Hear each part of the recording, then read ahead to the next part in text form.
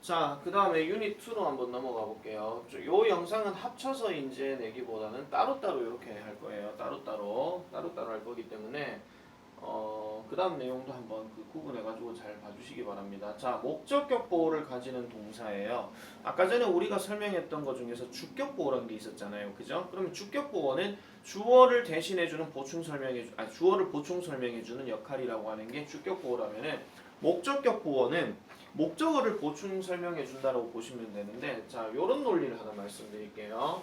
자, 예를 들어서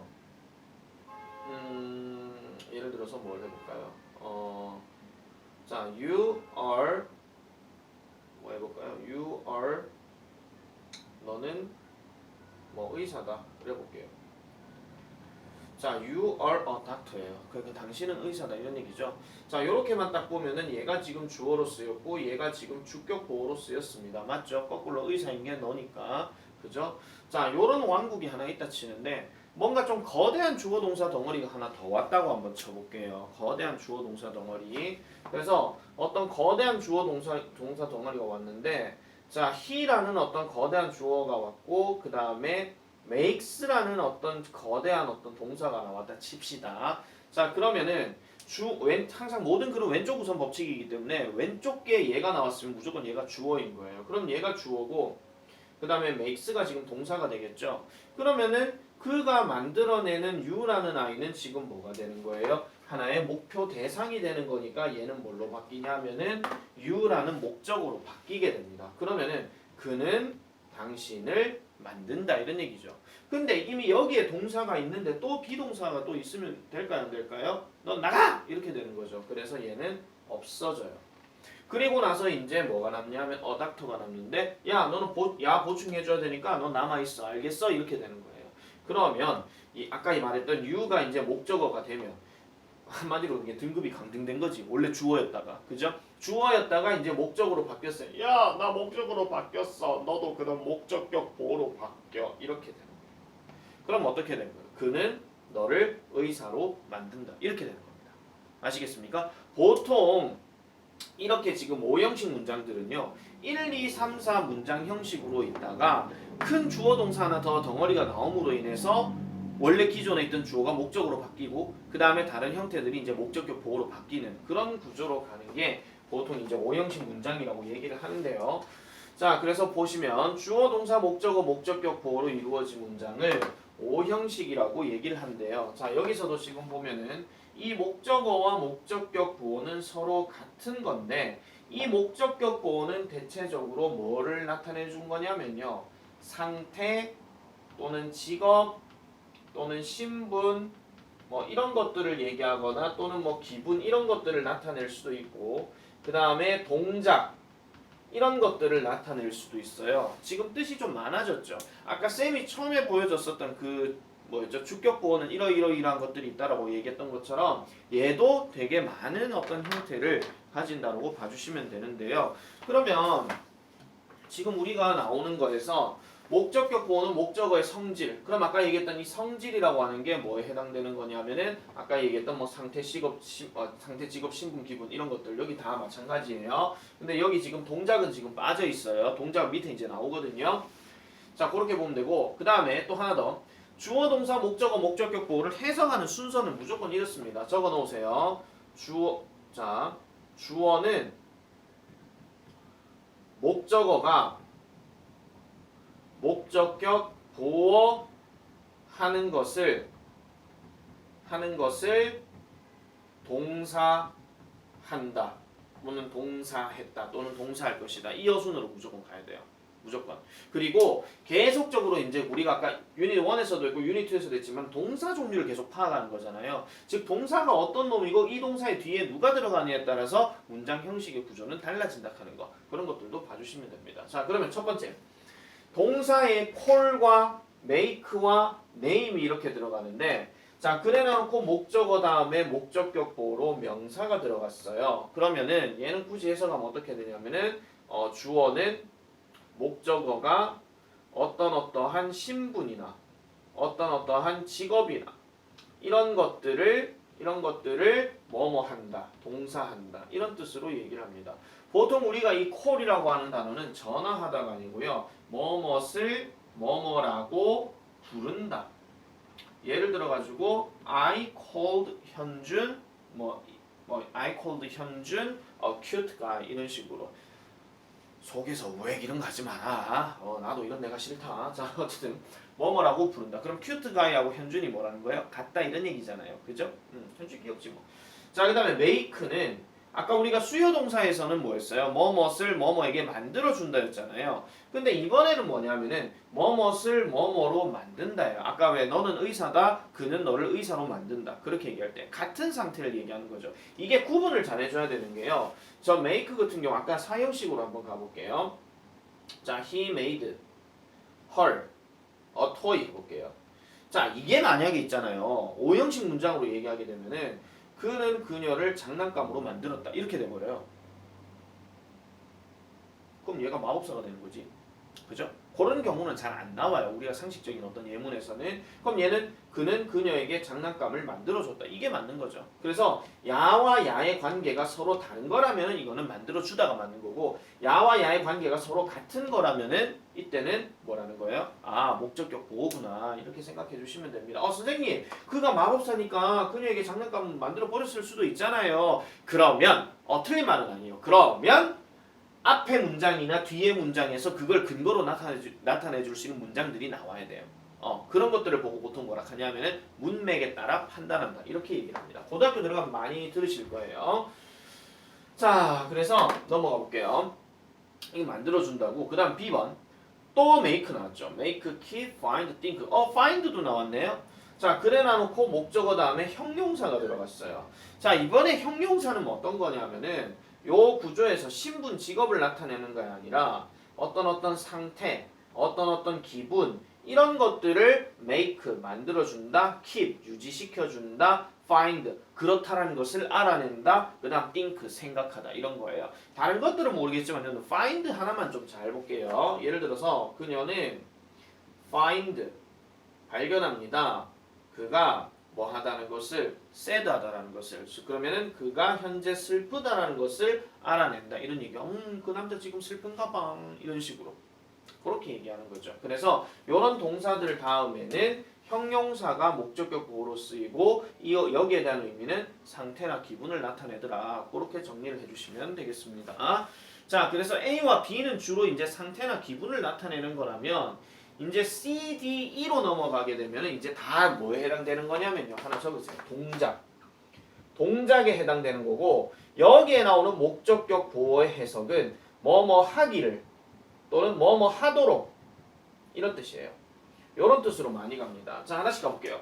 want, ask, expect, tell, advise, allow, order 이런 표현이 들어가는데 자, 요런 것들은 지금 뭐가 들어가냐면 목적어를 쓰고 그 다음에 to 부정사를 이제 쓴다라고 얘기하는데요. 지금 이런 거예요. 좀 차이는 내가 나중에 말씀드리겠지만은 앞에 주어가 있고 동사가 있는데 이런 동사가 있으면요. 이런 목적어가 또는 이런 목적어를 뭐뭐 하도록 동사한다. 이렇게 가는 거예요. 예를 들면 여기 ask라는 단어는 아까 봤던 묻다 질문하다가 아니라 요구하다 또는 부탁하다 이런 뜻으로 얘기를 많이 하는 거고요. tell도 사실은 여기에서는 요구하다, 부탁하다 이렇게 가요. 그러니까 뒷구조가 누가 들어가냐에 따라서 아까 tell 다음에 him 다음에 a truth 하게 되면 그에게 사실을 말해주는 이건 말만 전달하는 건데 거기에 그에게 캐놔놓고 만약에 to 동사원 뭐 예를 들어 to be quiet 해볼게요. 그러면은 조용하라고 이렇게 말하는 거예요. 그럼 약간은 요구나 부탁 개념이죠. 그거에 따라서 좀 차이 난다고 보시면 돼요. 그래서 여기 나오는 동사들은 어마무시하게 되게 많거든요. 어마무시하게 많기 때문에 여러분들 본 수업 때도 이런 것들에 대해 설명을 추가적으로 듣게 되면은 그때 이제 다시 한 번 더 정리를 해주시면 됩니다. 아시겠죠? 자, 그래서 want는 원하다, expect는 예상하다. 그리고 항상 이 to 부정사는 앞으로 뭐뭐 할 것을 원하고 할 것을 예상하고 하기를 충고하고 allow 하는 것을 허용케 하다, 가능케 하다, 허락하다 이런 뜻으로 얘기를 합니다. 추가적인 단어 하나만 더 적을게요. encourage 하는 단어. 격려하다. 뭐뭇을 뭐뭐 하도록 격려하다, 장려하다 뭐 이런 뜻으로 얘기를 하고요. 그 다음에 또 뭐가 있냐면 demand. demand라는 단어도 요구하다. 뭐뭇을 뭐뭐 하도록 요구하다. 요구의 단어는 사실 demand 말고도 많아요. 뭐 require도 있고 뭐 이런 것들도 있는데 그런 것들은 좀 추가적으로 봐주시면 되고 근데 중요한 건 뭐냐면은 아까 말했던 거 My uncle advised me. 우리 삼촌은 나에게 to read a lot of books. 많은 책을 읽으라고 충고하셨다. 근데 과연 나라는 아이가 그 충고를 듣고 책을 읽을까요? 모르죠. 그죠? 그렇게 할 수도 있고 안 할 수도 있는 거예요. 그러니까 이렇게 하라고 툭 던져만 놨지 실행에 옮겼는지 안 옮겼는지는 모르기 때문에 이거를 동사원형 그대로 쓰는 게 아니라 to 동사원형을 쓴다 이런 얘기예요. 그렇게 봐주시면 되고요. 그럼 반면에 D는 그럼 어떤 거냐면은 사역동사인데 make, let, have 요렇게 들어가는 것들은 뒤에 뭐가 나와요? 그냥 동사 원형이 나오죠. 이런 경우는 이 목적어가 이 동작을 거의 100% 했을 때를 얘기하는 거예요. 얘는 약간 50대 50이라면 얘는 무조건 100%로 가는 건데요.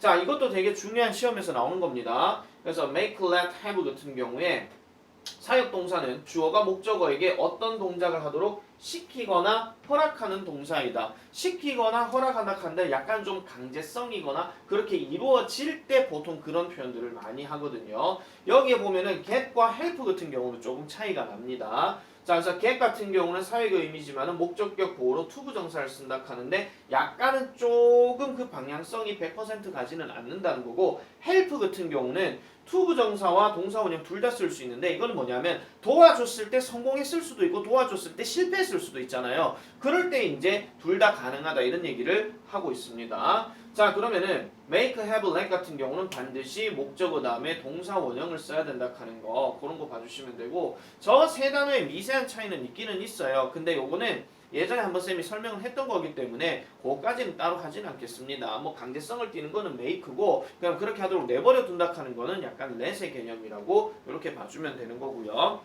자, 그 다음에 마지막으로 2번은 지각동사인데 아까 우리가 봤던 감각동사하고는 조금 차이가 납니다. 감각동사하고는 뭐가 차이가 나냐면은 감각은 말 그대로 그 감각이 느껴지는 거라 그랬죠. 그러니까 너는 행복해 보여. 그 말을 한 사람이 느끼는 생각이야. 그 다음에 이 음식은 냄새가 좋아 보여. 코로 맡았는데 코로 느끼니까 냄새가 좋게 느껴진다 이런 얘기죠. 누군가가 야 우리 오늘 PC방 갈래? sounds fun. 괜찮네. 좋게 들리네. 그 말에 대해서 재밌게 들린다. 느껴진다 이런 얘기예요. 나 오늘 초조해. 다음 시험이 지금 나에게 오고 있어. 나 지금 초조해. 그럼 초조함도 느낀다 이런 얘기잖아. 그죠? 그래서 약간은 느낀다 개념인데 그러니까 뭔가 조금 이 말을 한 사람이나 이 문장의 주어가 뭔가 나에게 온다라는 이런 느낌이 이렇게 온다라는 느낌이라면 지각동사는 뭐냐면은요 그 목표가 되는 어떤 놈을 그냥 보는 거예요. 보거나 듣거나 뭐 느끼거나 아니면 얘를 냄새를 맡거나 뭐 이런 뜻으로 이렇게 얘기를 하는 건데 그래서 이게 조금 잘 중요한 게 뭐냐면요 여기에 나와 있는 이 동사들의 공통적인 특성은 뭐냐면은 주어가 사람이 많이 나와요. 주어가 사람일 때. 물론 주어가 사물일 때도 있어요. 문학작품처럼 뭐 의인화시킬 때. 그런 경우를 제외하고는 주어는 대부분 사람이 나옵니다. 그러면은 이 목적어 뒤에는 동사 원형을 쓴다라는 건데 요것도 해석을 하면 어떻게 하는 거냐면요. 이런 거예요. 주어는 목적어 얘가 어떤 동작을 하고 있는 거예요. 어떤 동작 하는 것을 내가 보거나 듣거나 느끼거나 이런 거예요. 아시겠습니까? 그러니까 가장 대표적인 사실은 뭐 smell이나 뭐 이런 것들은 별로 그렇게 많이 거론하진 않는데 see하고 watch하고 hear은 무조건 중요해요. see하고 watch하고 hear은. 그 다음 feel도 경우에 따라서 느끼는 거고 이거는 어떤 게 느끼는 거냐면요. 이런 거예요. 내가 뭔가를 뭐 들었는데 자가 지금 뭐 하는 아니 이런 거죠. 내가 느낀 건데 뭐 어디선가 뭔가 뭐 땅이 울리는 것을 내가 느낀다 뭐 이런 거예요. 뭐 그렇게 생각을 해주시면 되는 거고 자 여기서 지금 see와 watch는 둘 다 보다의 개념인데 하나 더 적을게요. look at도 여기에 들어가고요. 좀 더 센 거 갈게요. observe라는 단어도 들어가요. observe라는 단어는 관찰하다. 관찰도 어차피 눈으로 보는 거니까 여기에 해당되는 겁니다. 그 다음에 hear 같은 경우에도 이쪽으로 잠깐 내려가게 되면은 이거 말고도 쓸 수 있는 게 listen to 이것도 듣다예요. 뭐뭐를 듣다 아시겠죠? 듣다. 그 다음에 overhear 하는 말도 들어가게 되는데 overhear는 뭐냐? 먼 발치에서 듣는다니까 다른 말로 엿듣다예요. 엿먹으면서 듣는 건 아니고요.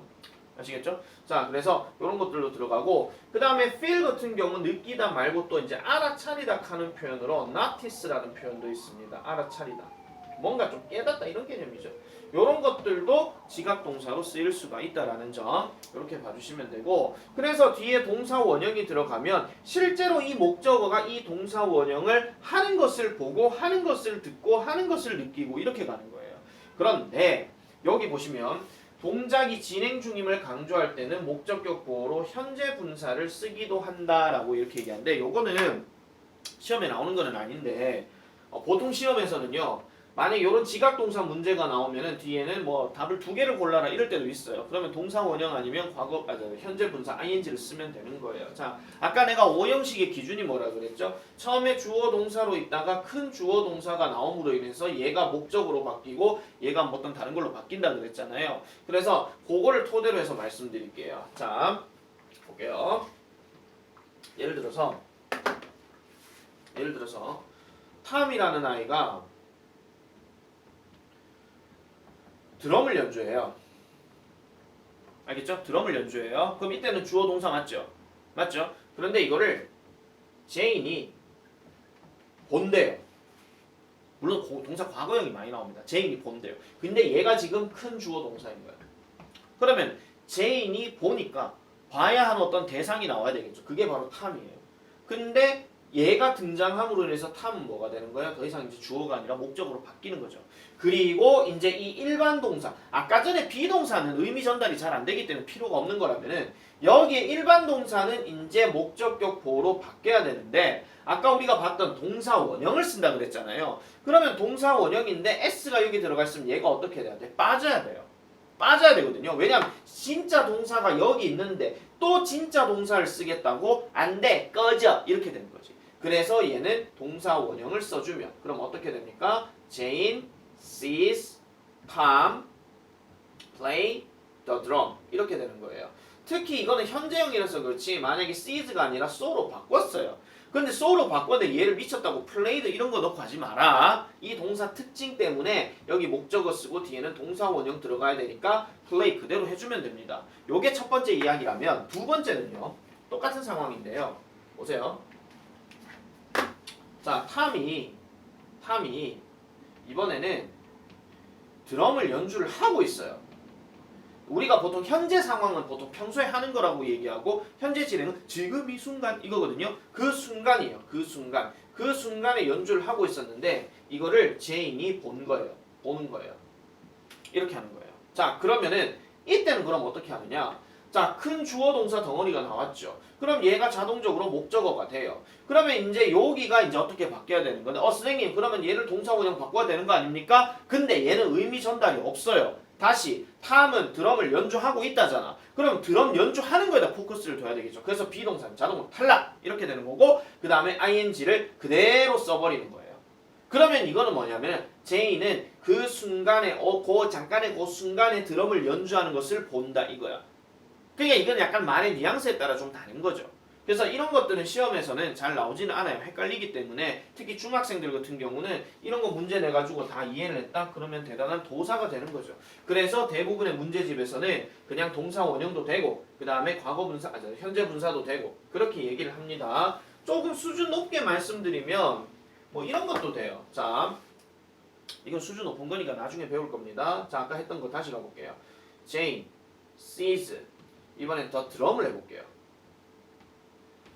자, 드럼 다음에 플레이가 맞을까요? 드럼 다음에 플레이드가 맞을까요? 요걸 딱 끊어볼게요. 여기 비동사 나왔다 치자.